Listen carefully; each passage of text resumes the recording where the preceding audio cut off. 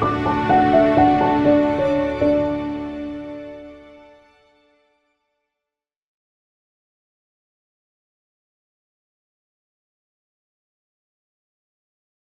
विद्यार्थियों को नमस्ते।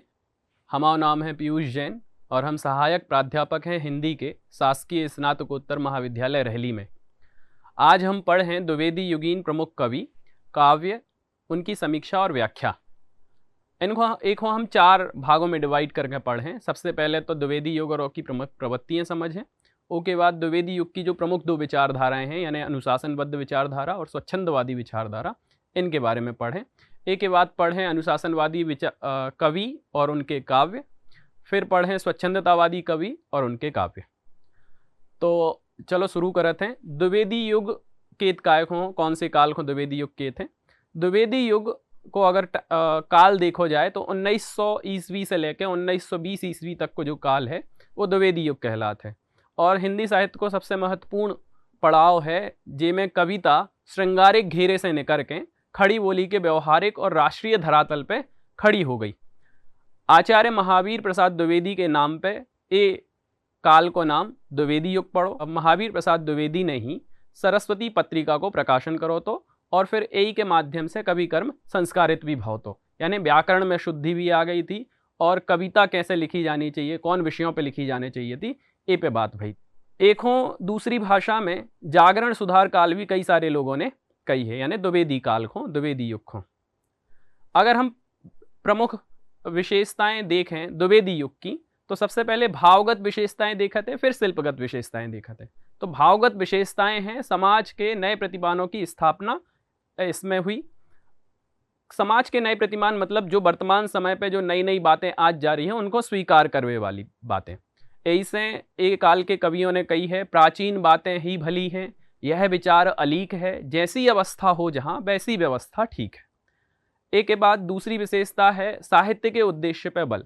अबे तक जो काव्य लिखो जा रहा हो तो या तो वो धर्म के लाजे लिखो जा रहा हो तो, या फिर लिखो जा रहा हो तो मनोरंजन के लाजे, लेकिन इनसे बीच में भी एक आदमी की जिंदगी होत है, तो वो जिंदगी के लाजे उद्देश्य पूर्वक साहित्य लिखवे की प्रेरणा एक काल में दी गई और इस तरह को साहित्य लिखोगा। ऐसे महावीर प्रसाद द्विवेदी के योग्य शिष्य हुए हैं मैथिली शरण गुप्त। उनने कहा है केवल मनोरंजन ना कवि का कर्म होना चाहिए, उसमें उचित उपदेश का भी मर्म होना चाहिए। एक ही बात तीसरी विशेषता देखा थे कि राष्ट्रीयता की नवीन धारणा ए युग में आई, कि अबे तक जो क्लियर नहीं है तो राष्ट्रीयता आखिर है का, हमें अंग्रेजों के अंदर रह के व्यवस्था में सुधार चाहने के अंग्रेजों को ही हटाने, लेकिन द्विवेदी युग में निश्चित होगा तो कि हमें अंग्रेजों से खोते से निकालने हैं और अपनो शासन खुद पे शासन शुरू करने हैं। यही के कारण कही गई है कि देशभक्त वीरों मरने से नेक नहीं डरना होगा, प्राणों का बलिदान देश की वेदी पर करना होगा। अब एक के बाद चौथी विशेषता है विषयों का वैविध्य।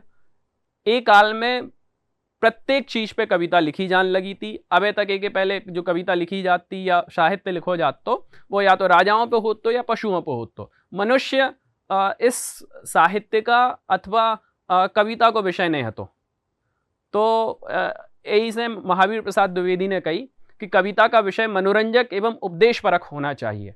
यमुना किनारे केली कौतुक का अद्भुत वर्णन बहुत हो गया। चींटी से लेकर हाथी पर्यंत, भिक्षुक से लेकर राजा पर्यंत और बिंदु से लेकर समुद्र पर्यंत, अनंत आकाश, अनंत पृथ्वी, अनंत पर्वत, सभी पर कविता हो सकती है। तो एक को लेके प्रकृति पे भी कविता हो सकती है। तो ऐसी ही एक रचना एक काल में लिखी गई प्रिय प्रवास, जो कि अयोध्या सिंह उपाध्याय हरियोध ने लिखी है। एक के बारे में हम आगे पढ़ें। अब हम पांचवी विशेषता की तरफ जाते हैं। पांचवी विशेषता है आधुनिकता बोध। तो एक काल में संस्कृति को मंथन करोगे कि हम पहले कहा थे और वर्तमान में क्या है, और अकेले पुरानी बातों पे ही नहीं लगे रहवे पे जोड़ दो, बल्कि वर्तमान पे रहवे पे जोड़ दो। ऐसे एक काल में कही है कि संदेश यहाँ मैं नहीं स्वर्ग का लाया, मैं धरती को ही स्वर्ग बनाने आया।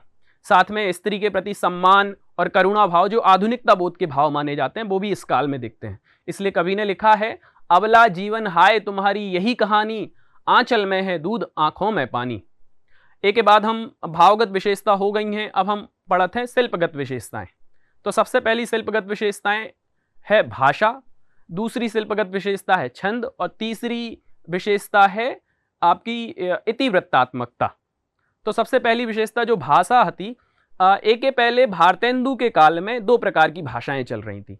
जो कविता की भाषा हती व ब्रज भाषा हती, और जो गद्य कहानी उपन्यास नाटक की भाषा हती व खड़ी बोली हती। लेकिन द्विवेदी जी आके कहते हैं कि भैया कविता की भाषा कछु और होए और गद्य की भाषा कछु और होए, जो तो बढ़िया चीज नहीं है, तो उन्होंने कही एक ही खड़ी बोली में लिखो। हालांकि भारतेंदु के समय पे भी जब बात चल रही थी, पर भारतेंदु ने कई बार कविता बनाने की कोशिश की पर नहीं बनी।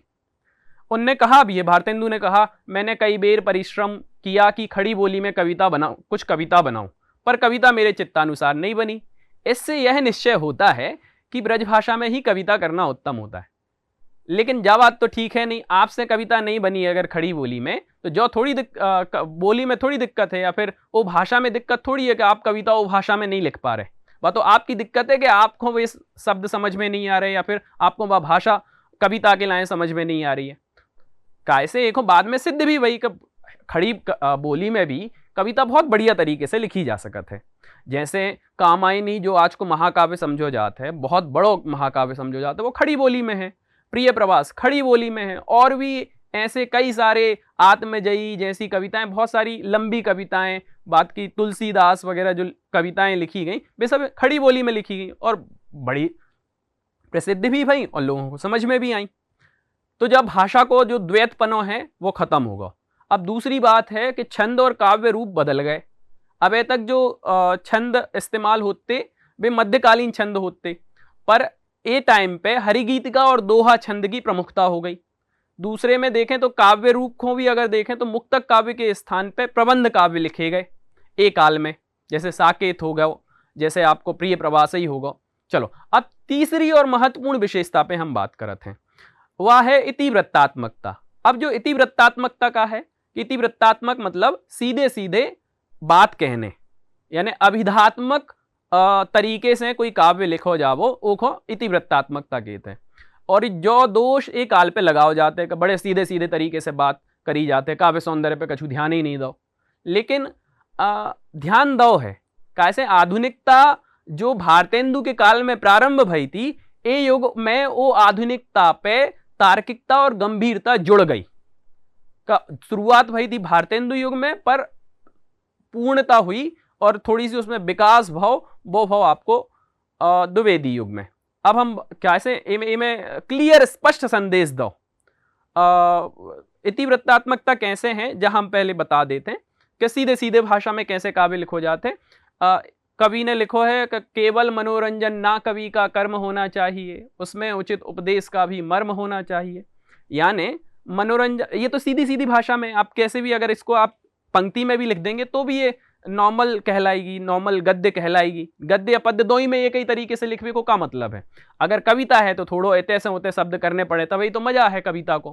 कैसे कविता जो है वो काव्य सौंदर्य भी तो पैदा करते हैं, और सौंदर्य कैसे पैदा होते हैं कि जब चीजें सीधी सीधी न हो गए, थोड़ी टेढ़ी टेढ़ी भी हुए। जैसे दूसरी भी है कि हम कौन हैं, क्या हो गए और क्या होंगे अभी, आओ मिलकर आज विचारें ये समस्याएं सभी, कि सीधे सीधे पंक्ति में कह दी कि भैया हम कौन थे, क्या हो गए हैं, क्या होंगे, ये सभी समस्याएं बैठकर अभी निपटा ले। तो ये सीधी सीधी भाषा में जो बात कही थी वो लोगों को पसंद नहीं आई। हालांकि यही विशेषता एक काल की विशेष विशेषता बन गई। तो धन्यवाद। अभी को जो वीडियो है हम इतने पूरा करते हैं, कक्षा पूरी करते हैं। धन्यवाद।